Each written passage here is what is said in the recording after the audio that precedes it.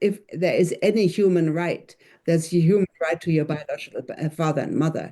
They are robbed of that intentionally, and the poor women who rent out their womb are exploited and put into a slavery. We've discussed your two books, The Global Sexual Revolution, Destruction of Freedom in the Name of Freedom, and also then the consequence, The Abandoned Generation.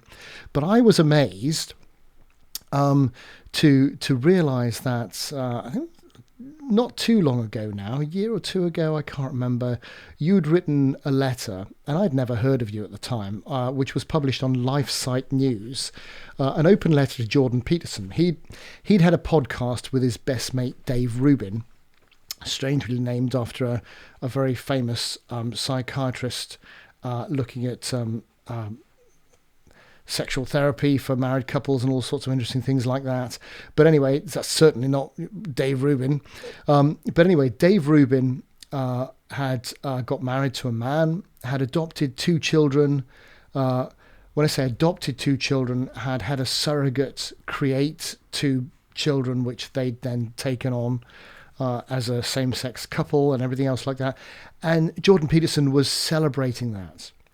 And you'd written an open letter why you thought Jordan Peterson shouldn't be celebrating that, shouldn't be celebrating same-sex marriage, and certainly shouldn't be celebrating the intentional creation of two motherless children for their personal fulfillment and desire, if you like.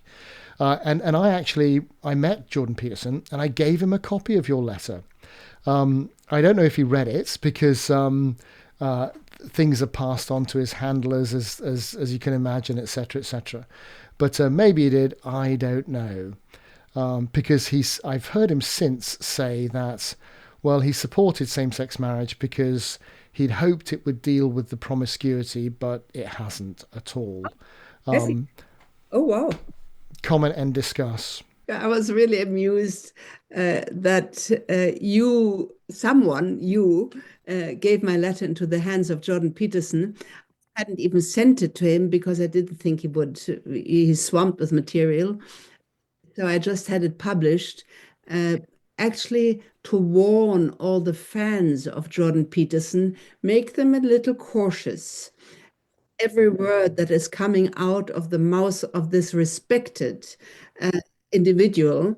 I listened to Jordan Peterson. I read his book years ago, The 12 Rules of Life. I gave it to my son for Christmas or something. And he's extremely intelligent. He has interesting people. So it is interesting to listen to him.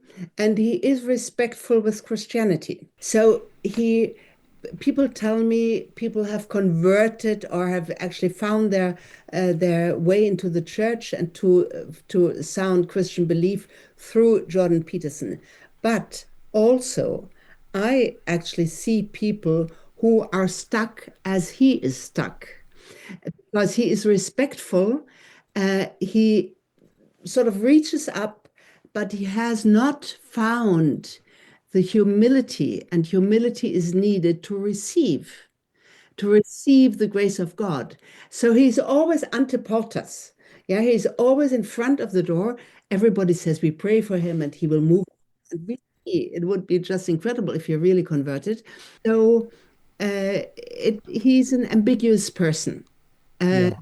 and I was truly really disappointed when I saw this video where he says, I quote, "Our culture seems to have decided gay marriage has become part of the structure of marriage itself." And and which is just untrue. Yeah, it destroys marriage. It's not part of the structure. And marriage is the union of two people. Yes. These are these tricks. It's not the Yeah. union of a man and a woman, but two people, maybe two men, maybe two, whatever, two women, whatever it is.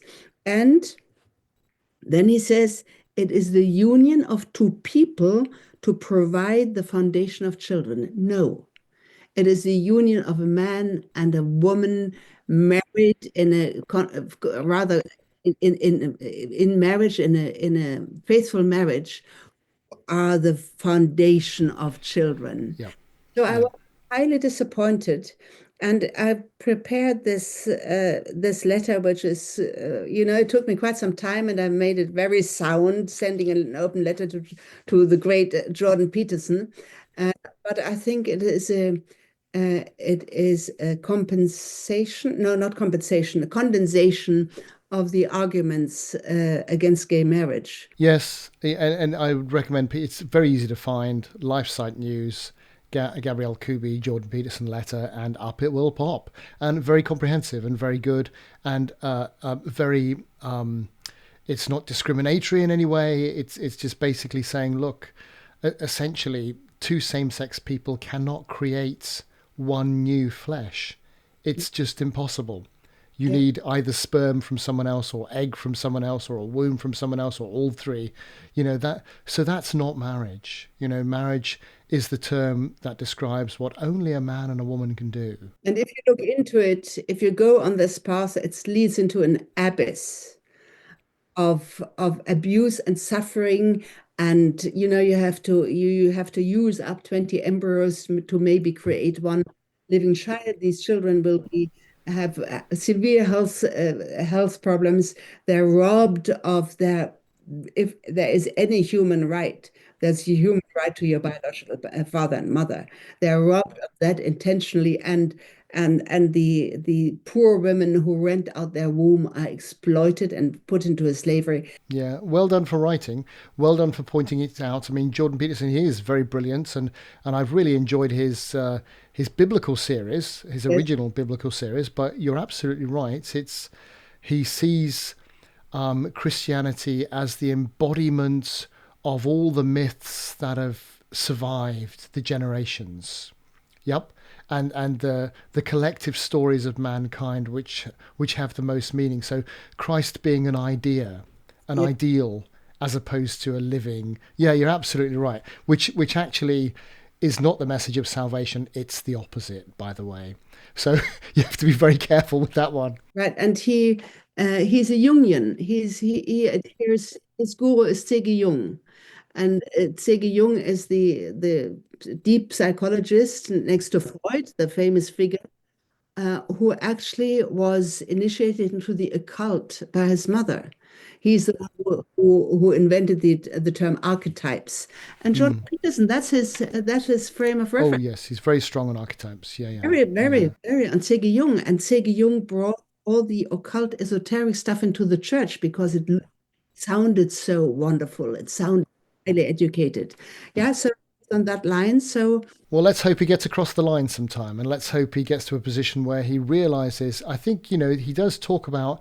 There was an interview I read with him recently in The Spectator, I think it was, where, he speaks about the importance of family and man woman family, but that's still in the context of support for same sex marriage. And you think, well, it's just a little bit hypocritical because in order to have one, you have to teach things in school which completely undermine the other one, and etc. etc. And it just creates this chasmous fracture in society which destroys the family, and that's exactly what we're experiencing. Yeah, listen, Gabrielle Kubi, I'm so grateful for your time.